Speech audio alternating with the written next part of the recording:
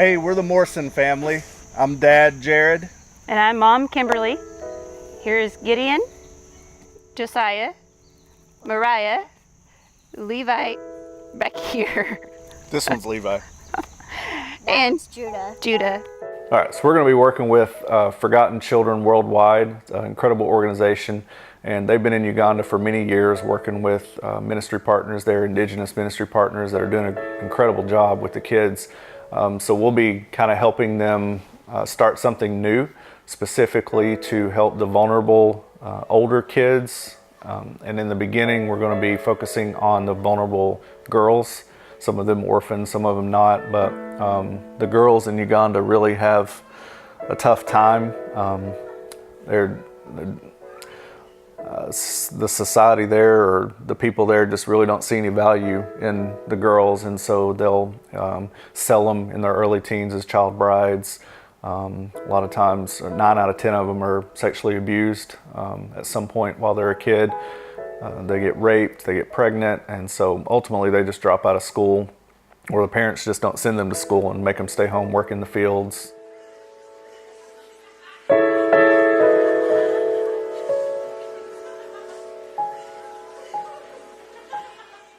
My name is Bob. I'm the associate pastor at Living Word Church, and I've known Jared's family for quite a long time, and I've known Jared from a distance.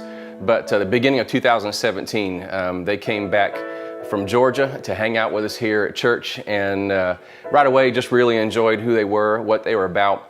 But we started hearing a little bit about Uganda, about what their passion was, and there came a time when we had a missionary come through from Cambodia, and he was just sharing his story, and that was the day that God said, you know what, it's time for you guys to hit the go button.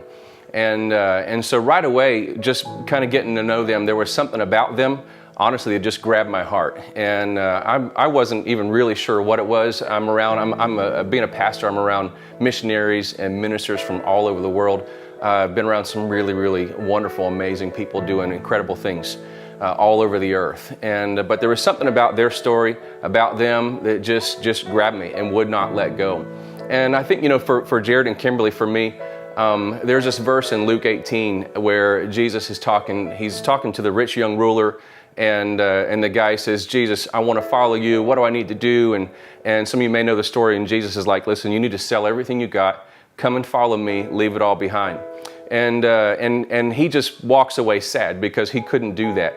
And the disciples are like, "Wow, what's up with that?" And Jesus is like, "Listen, I'm telling you, anybody that leaves family and comforts and their home behind for my sake on the earth is going to be blessed many times over, here and in the life to come." And so for me, Jared and Kimberly, there are not many people that go to those kind of lengths, especially with 5 little kids, leaving their home, had a great job, a great family, great friends. I know I'm one of them.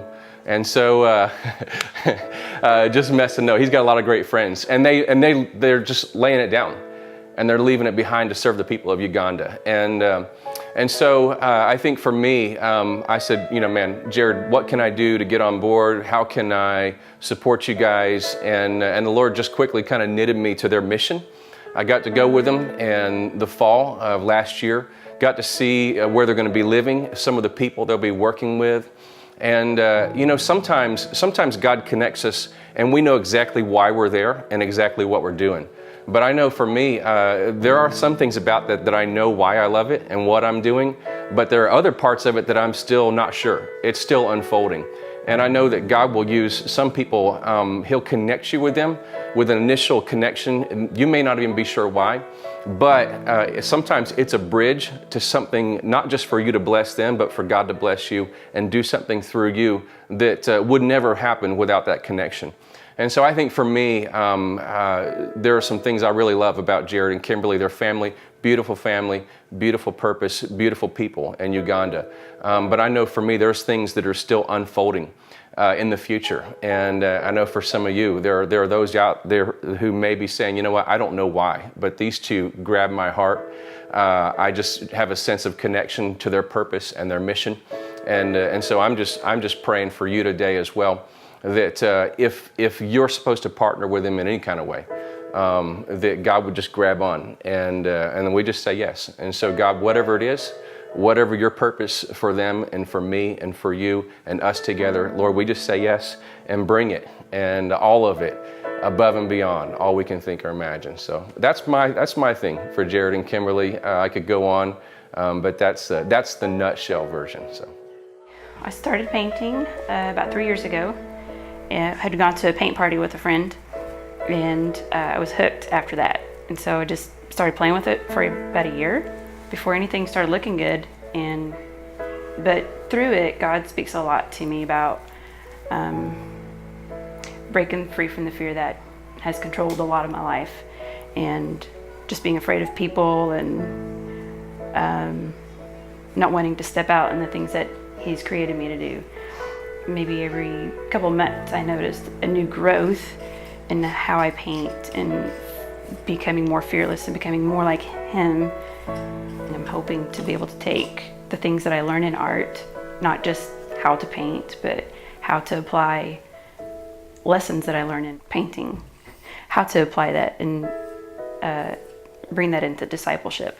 I believe that there'll be opportunities to use art to reach them in a way that, I might not be able to connect with them in any other way. So when Levi was a baby, about 6 months old, I found myself with a lot of time on my hands because he wasn't much of a talker at the time. He grew into that one. Just started finding myself doing a lot of research on activities that would be fulfilling, like missions-wise. So one thing led to another, and we wound up researching missions in Uganda, and that's kind of where it started. And then I started kind of dumping all that off onto him, letting him get infected with the passion for orphan care. And I think that the passion, or whatever, for orphan kids and vulnerable kids and just the world was already there. It just hadn't been woken up yet. Maybe we had spent most of our lives in what we thought was church, or how church was supposed to be. Just going to church every Sunday, paying our tithes, being good, skating along, living the American dream. And I think it's around then that we realized that there was more to God, more to Christianity than just living the American dream and playing church.